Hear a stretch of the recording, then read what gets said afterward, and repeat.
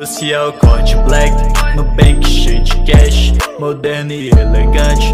Sua irmã no meu Corvette, passou de meia-noite, ela mandou mensagem. Assalamualaikum warahmatullahi wabarakatuh. Salam semuanya dimanapun kalian berada, yang lagi di Pulau Jawa, Pulau Sumatera, Pulau Kalimantan, Pulau Papua, Maluku, Malaysia, Brunei Darussalam, dan lain sebagainya. Di kesempatan kali ini ada sebuah video ya, dimana Australia mengancam Indonesia, guys. Jadi makin seru ini ketika Australia itu ancam-ancaman sama Indonesia, guys. Mungkin langsung saja kita tonton ke videonya ya.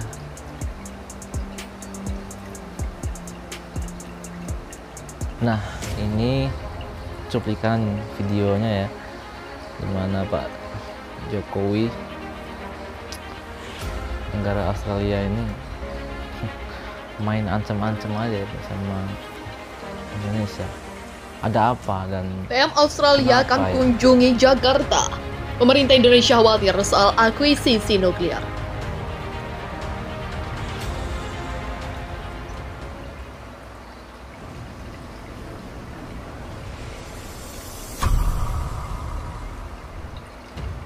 Perdana Menteri Australia Anthony Albanese akhir pekan ini akan melakukan perjalanan untuk mengunjungi Indonesia. Menurut informasi yang dihimpun dari laman resmi PM Australia, kunjungan ini akan berlangsung dari hari Minggu 5 Juni hingga 7 Juni 2022. Selama pertemuan Presiden Jokowi dan Albanese akan membahas rencana kerjasama dalam berbagai bidang, mulai dari perdagangan dan investasi, juga soal iklim dan energi. Menteri Luar Negeri Australia Penny Wong yang akan turut hadir mengatakan bahwa pemerintah Australia amat serius dengan kerjasamanya dengan negara-negara di Asia Tenggara. Santo Darmos Marto, Direktur Asia Timur dan Pasifik di Kementerian Luar Negeri Indonesia, mengatakan kunjungan Albanese ke Jakarta setelah resmi menjabat sebagai Perdana Menteri dinilai menjadi bukti pentingnya Australia dalam menjalin hubungan dengan Indonesia. Ia juga mengatakan bahwa Presiden Jokowi akan membahas isu regional, salah satunya soal fakta keamanan yang melibatkan Australia, Inggris, Amerika Serikat yang dinamai AUKUS. Fakta ini disahkan tahun lalu dan memungkinkan Australia memperoleh armada kapal selam bertenaga nuklir dari AS. Kapal canggih ini mampu menjelajah di bawah air dengan area jelajah tak terbatas dan amat sulit terdeteksi. Fakta ini beberapa kali mendorong pemerintah Indonesia mengungkapkan keresahan karena dikhawatirkan akan membangun perlombaan senjata nuklir regional. Berdasarkan keresahan ini, Dewi Fortuna Anwar, analis politik di Badan Riset dan Inovasi Nasional, menyebut bahwa nantinya dalam pertemuan yang terjadi, Albanese dinilai akan berusaha meyakinkan Indonesia bahwa keputusan negaranya untuk memperoleh kapal selam nuklir bukan ancaman. Australia bersikeras bahwa negaranya akan tetap menjadi negara yang tidak memiliki senjata nuklir. Bagi Indonesia yang menjadi perhatian bukan aliansi itu sendiri, tetapi akuisisi nuklir, ungkap Dewi seperti nggak dikutip dari laman Benar News pada Sabtu 4 Juni 2022. Tak hanya menyinggung soal kerjasama dan fakta AUKUS, kunjungan ini disebut-sebut memiliki tujuan lain. Salah satunya adalah melawan dominasi Cina di kawasan Indo-Pasifik. Isu soal dominasi Cina di kawasan memang sempat disinggung oleh Albanese ketika sebelumnya ia melakukan pertemuan dengan para pemimpin dari negara AS, Jepang, dan India. Ia mengungkapkan keinginannya untuk lebih banyak terlibat di kawasan Indo-Pasifik. Kami akan berdiri teguh pada nilai-nilai dan keyakinan kami, pada apa yang kami tahu akan meningkatkan kemakmuran dan stabilitas kawasan dan apa yang menjadi kepentingan semua orang yang menyebut Indo-Pasifik sebagai rumah, jelas Anthony Albanese. Kami akan mendorong nilai-nilai bersama kami di kawasan itu pada saat Cina jelas-jelas berusaha memberikan lebih banyak pengaruh, ungkap Anthony Albanese. Dulu Australia klaim berjasa saat Timor Leste merdeka. Kini tujuannya terungkap gegara dokumen bocor. Timor Leste lepas dari Indonesia karena adanya campur tangan dari negara lain. Salah satu negara yang mengklaim berjasa dalam kemerdekaan Timor Leste adalah Australia. Timor Leste lepas dari Indonesia mungkin menjadi salah satu pencapaian besar Australia. Terbukti dari sebuah artikel yang diterbitkan oleh ABC News Australia beberapa waktu lalu. Artikel tersebut membongkar bagaimana peran Australia sebenarnya di balik invasi Indonesia atas bumi Lorosai. Usai referendum tercapai, John Howard menyatakan bahwa pembebasan Timor Leste adalah salah satu pencapaian paling membanggakan baginya sebagai Perdana Menteri. Selain itu, pencapaian lain adalah skema pembelian kembali senjata yang terjadi kala itu. Padahal, Bukanlah Australia yang berhasil memukul mundur Indonesia dari tanah Lorosai, tetapi AS lah yang cukup berjasa membebaskan Timor Leste kala itu. Kala itu AS mendapatkan izin hingga pasukan penjaga perdamaian multinasional berhasil masuk ke negara itu. Selain itu, geng-geng milisi terus membantai orang Timur tanpa mendapat hukuman.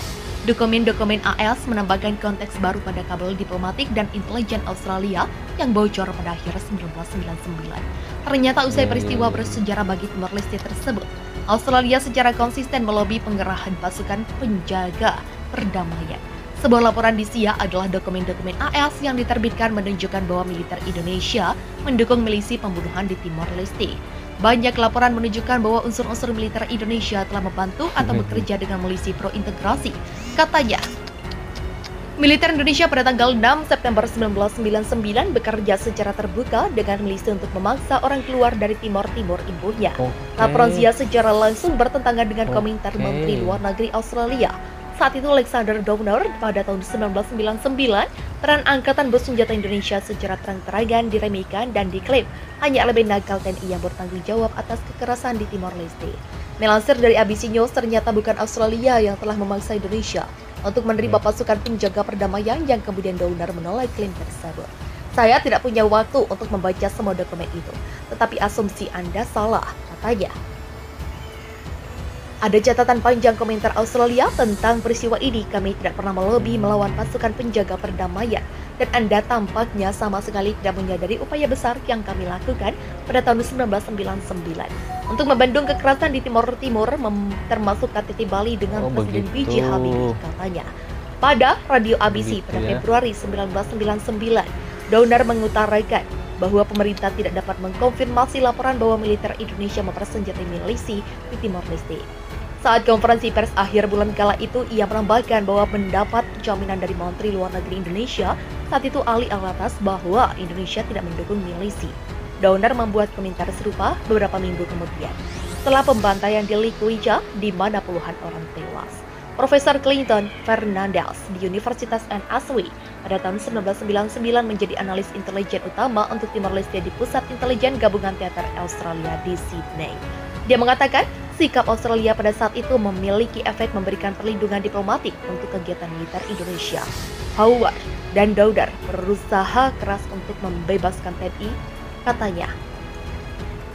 Kabel-kabel Australia pada saat itu menunjukkan bahwa para analis intelijen Australia memiliki banyak bukti pada awal April 1999. Ini bertentangan dengan apa yang dikatakan Downer, bahwa militer Indonesia bersenjata unit-unit milisi dan bahwa hubungan ini mengarah ke puncak Angkatan Darat, yaitu Panglima TNI Jenderal Wiranto. Awalnya Australia menghendaki Timor sebagai bagian dari Indonesia karena mereka tidak mau ada negara kecil yang berdiri di dekat Australia. Ini akan membebani Australia sehingga meminta Indonesia untuk mencaplok wilayah itu.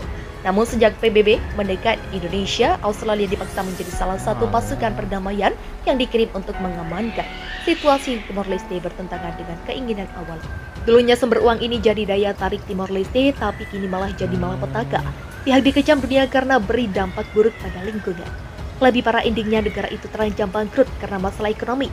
Sumber data alam yang dulunya dibanggakan Timor Leste adalah ladang minyak yang luas.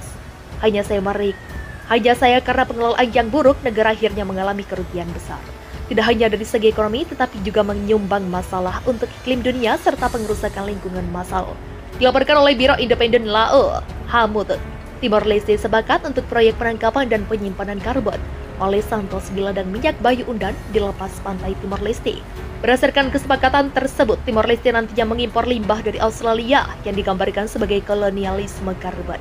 Carlos Skaidar, seorang analis di LSM Timor, memperingatkan bahwa perusahaan Santos, ASX, STO, ENI, BIT, ENI, serta Australia rencananya mengeksploitasi negara miskin itu dengan menerapkan skema CCS yang diusulkan, yang ditargetkan untuk memulai pada tahun 2020.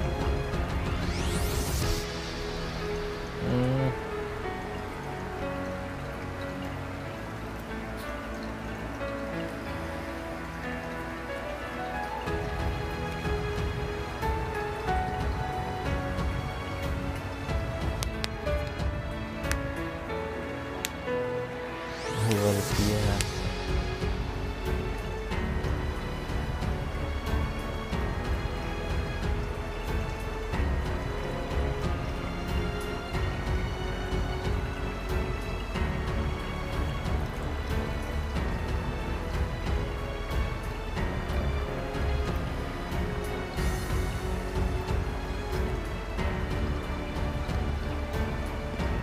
Iya, iya, iya.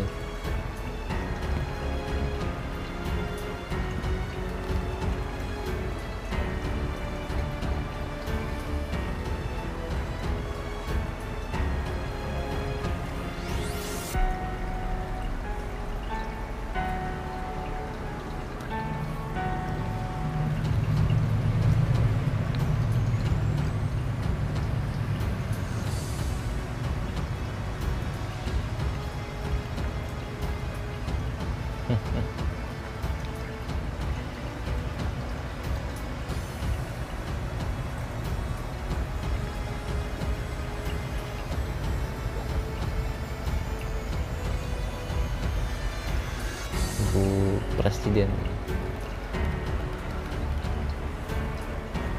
Bu Pres, Pak Pres dan Bu Pres.